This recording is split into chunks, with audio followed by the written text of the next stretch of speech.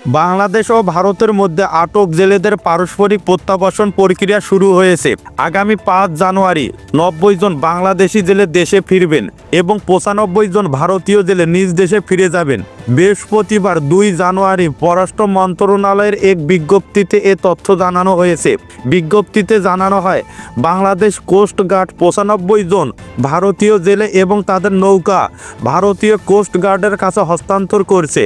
একই সঙ্গে ভারতীয় কোস্ট গার্ড ৯০ জন বাংলাদেশি জেলে এবং ২টি ফিশিং ভেসেল বাংলাদেশকে ফিরিয়ে দেবে। পররাষ্ট্র, স্বরাষ্ট্র, নৌপরিবহন, মৎস্য ও প্রাণী সম্পদ মন্ত্রণালয় সহ সংশ্লিষ্ট সংস্থাগুলোর সমন্বয়ে এ কার্যক্রম সম্পূর্ণ হবে। প্রত্যাবাসনের স্থান নির্ধারণ করা হয়েছে আন্তর্জাতিক জলসীমা। উল্লেখ্য, গত বছর বাংলাদেশি জলসীমায় অবৈধ প্রবেশের অভিযোগে ৯৫ জন ভারতীয় জেলে এবং তাদের ৬টি ট্রলার আটক করা হয়। অন্যদিকে ভারতের সমুদ্র সীমায় প্রবেশের কারণে বাংলাদেশি ২টি ফিশিং ভেসেল সহ ৭৮ জন জেলে আটক হন। এছাড়া দুর্ঘটনার শিকার আরও ১২ বাংলাদেশি জেলেকে ভারত উদ্ধার করে। এই প্রত্যাবাসন প্রক্রিয়া দুই দেশের সমুদ্র সীমায় কার্যক্রম পরিচালনায় অন্তর্দেশীয় সহযোগিতার একটি উল্লেখযোগ্য দৃষ্টান্ত। ২০২৪ সাল ছিল বৈশ্বিক ধন কুবেরদের জন্য এক রেকর্ড ভাঙার বছর। ব্লুমবার্গের তথ্য মতে বিশ্বজুড়ে শীর্ষ ৫০০ ধনীর সম্মিলিত সম্পদ বেড়েছে প্রায় ১০ লাখ কোটি ডলার, যা অতীতের যে কোনো বছরের তুলনায় বেশি। বিশ্বব্যাংকের তথ্য অনুসারে এই আয় জার্মানি, জাপান এবং অস্ট্রেলিয়ার ২০২৪ সালের মোট জিডিপির সমান। ১১ই ডিসেম্বর পর্যন্ত শীর্ষ ধনীদের সম্মিলিত সম্পদ ছিল ১০,১০,০০০ কোটি ডলার, যা বছরের শেষে নেমে আসে ৯,৮০,০০০ কোটি ডলারে। এই ধন কুবেরদের তালিকার শীর্ষে রয়েছেন প্রযুক্তি খাতের উদ্যোক্তারা। ইলন মাস্ক একাই উপার্জন করেছেন ৪৪,২১০ কোটি ডলার, যা তাকে তালিকার শীর্ষে রেখেছে। দ্বিতীয় অবস্থানে আছেন মেটার প্রতিষ্ঠাতা মার্ক জুকারবার্গ, যিনি আয় করেছেন ২১,৯০০ কোটি ডলার। তৃতীয় স্থানে আছেন এনভিডিয়ার সিইও জেনসেন হুয়াং, যার উপার্জন ৭,৬০০ কোটি ডলার। এছাড়া মার্কিন শেয়ার বাজারে প্রযুক্তি কোম্পানিগুলোর শেয়ার মূল্যও সারা বছর ঊর্ধ্বমুখী ছিল। বিশেষ করে অ্যাপল, মেটা, অ্যামাজন এবং এনভিডিয়ারের মতো কোম্পানিগুলোর শেয়ার নজর কেড়েছে। ডোনাল্ড ট্রাম্পের প্রেসিডেন্ট নির্বাচনে জয়ের পর নভেম্বর এবং ডিসেম্বর মাসে শীর্ষ ধনীদের সম্মিলিত সম্পদ বেড়েছে ৫০,৫০০ কোটি ডলার। ২০২৪ সাল তাই ছিল প্রযুক্তি এবং ধন কুবেরদের এক নতুন ইতিহাস গড়ার বছর। পূর্ব আফ্রিকার দেশ মোজাম্বিক এখন ভয়াবহ রাজনৈতিক দাঙ্গার আগুনে পুড়ছে। লাখ লাখ মানুষ জীবন বাঁচাতে দেশ ছেড়ে পালাচ্ছেন। বিপদে পড়েছেন ভিনদেশি বাসিন্দারাও। মোজাম্বিকে বসবাসরত ১০,০০০ বাংলাদেশির মধ্যে অন্তত ৫,০০০ চরম নিরাপত্তাহীনতায় রয়েছেন। তার বেশিরভাগই ব্যবসার সঙ্গে যুক্ত। গত ১০ দিনে দুর্বৃত্তকারীরা কয়েকশো দোকানপাট এবং বাড়িঘরে হামলা চালিয়েছে এবং লুটপাট করেছে। রাজনৈতিক অস্থিরতা শুরু অক্টোবরের প্রেসিডেন্ট নির্বাচন থেকে। বিরোধী দলগুলো ব্যাপক কারচুপির অভিযোগ আনে। আদালতের রায়ে ক্ষমতাসীন ফ্রেলিমো দলের প্রার্থী ডেনিয়েল চ্যাপো প্রেসিডেন্ট হিসেবে বিজয়ী ঘোষিত হন। এই সিদ্ধান্তে ক্ষুব্ধ হয়ে বিরোধী সমর্থকরা দাঙ্গায় জড়িয়ে পড়ে। আন্তর্জাতিক প্রতিবেদনে জানা যায়, সংঘাতে এখন পর্যন্ত ১৪৫ জনেরও বেশি নিহত হয়েছেন।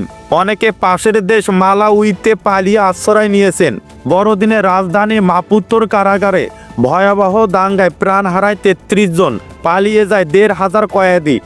মোজাম্বিকে বাংলাদেশের কোনো দূতাবাস না থাকায় পর্তুগালের বাংলাদেশ মিশন দীর্ঘদিন দায়িত্ব পালন করে আসছে। তবে বর্তমান পরিস্থিতি বিবেচনায় দক্ষিণ আফ্রিকার বাংলাদেশি দূতাবাসকে উদ্ধার কার্যক্রমে নিয়োজিত করেছে বাংলাদেশ সরকার। ১৯৭৫ সালে স্বাধীন হওয়া মোজাম্বিকের ক্ষমতায় রয়েছে ফ্রেলিমো পার্টি। দীর্ঘ ৪৯ বছরের শাসনে তাদের বিরুদ্ধে স্বৈরাচারের অভিযোগ রয়েছে। বর্তমান সংকট দেশটির জনগণের পাশাপাশি বাংলাদেশিদের জীবনকেও মারাত্মকভাবে বিপন্ন করে তুলেছে। চীনে কম মূল্যে আইফোন বিক্রির ঘোষণা অ্যাপলের। বিখ্যাত প্রযুক্তি প্রতিষ্ঠান অ্যাপল চীনে আইফোন ১৬ প্রো এবং আইফোন ১৬ প্রো ম্যাক্স দাম কমানোর ঘোষণা দিয়েছে। আগামী ৪ জানুয়ারি থেকে ৭ জানুয়ারি পর্যন্ত ৪ দিনের জন্য এই অফার কার্যকর থাকবে। অ্যাপলের মতে আইফোন 16 প্রো এর বর্তমান দাম 7,999 ইউয়ান বা বাংলাদেশি মুদ্রায় 1,30,845 টাকা। তবে ডিসকাউন্টের পর এর দাম হবে 7,499 ইউয়ান যা বাংলাদেশি মুদ্রায় 1,22,666 টাকা।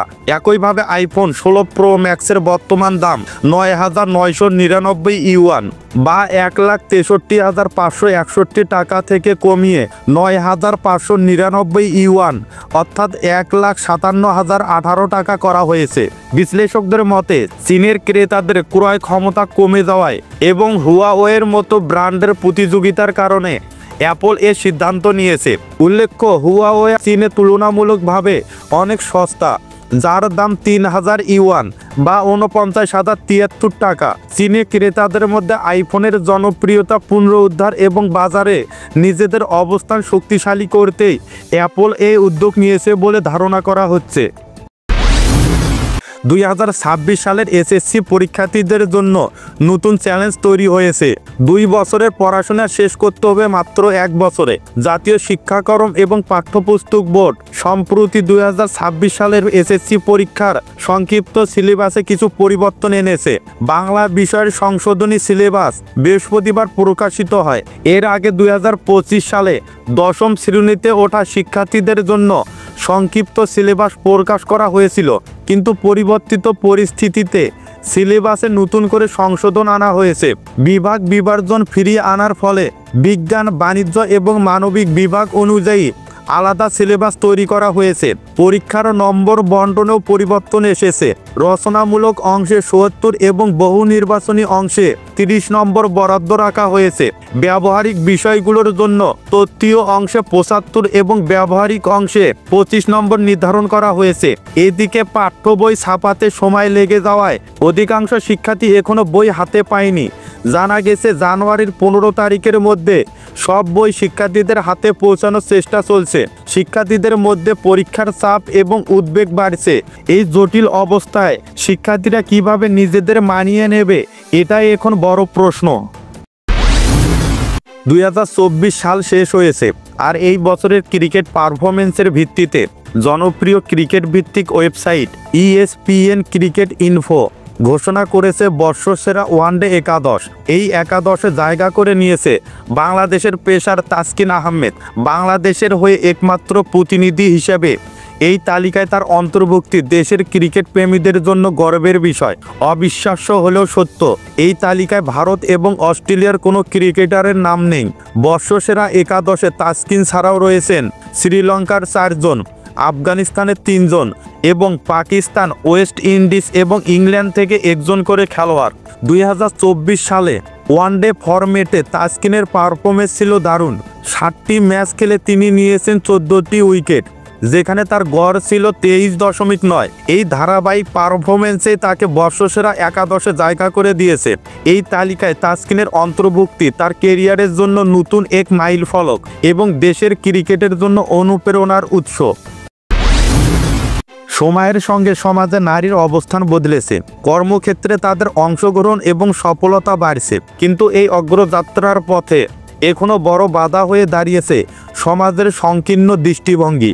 নারীরা আজ সামাজিক যোগাযোগ মাধ্যমে স্বাবলম্বী হওয়ার চেষ্টা করছেন, কিন্তু সেখানে তাদের প্রায়ই অপমান, অপদস্থ এবং ডিজিটাল বুলিংয়ের শিকার হতে হয়। উদ্যোক্তা বা সেলিব্রিটি পরিচয়ের ভিন্নতা থাকলেও হেনস্থার ধরন এক, যেখানে পুরুষরা একই ধরনের সমস্যার মুখোমুখি হন না। নারীদের জন্য এটি প্রতিদিনের লড়াই। AI প্রযুক্তির অপব্যবহার এবং সামাজিক যোগাযোগ মাধ্যমে খারাপ মন্তব্য এখন নারী হেনস্থার নতুন মাধ্যম। আইনি সুরক্ষা থাকলেও এর বাস্তবায়ন প্রায় নেই, ফলে নারীরা আইনের আশ্রয় নেওয়াতেও আগ্রহ হারাচ্ছেন। অতীতে ডিজিটাল বুলিংয়ের কারণে অনেক নারী উদ্যোক্তা তাদের স্বপ্ন বিসর্জন দিয়েছেন, কেউ জীবন হারিয়েছেন, কেউ সারা জীবনের জন্য নিজেকে গুটিয়ে নিয়েছেন। এই অবস্থার পরিবর্তনে প্রয়োজন সামাজিক দৃষ্টিভঙ্গির বদল এবং আইনগুলোর সঠিক প্রয়োগ। ডিজিটাল প্ল্যাটফর্মগুলোকে নারীর নিরাপত্তা নিশ্চিত করতে হবে আরও কার্যকরভাবে।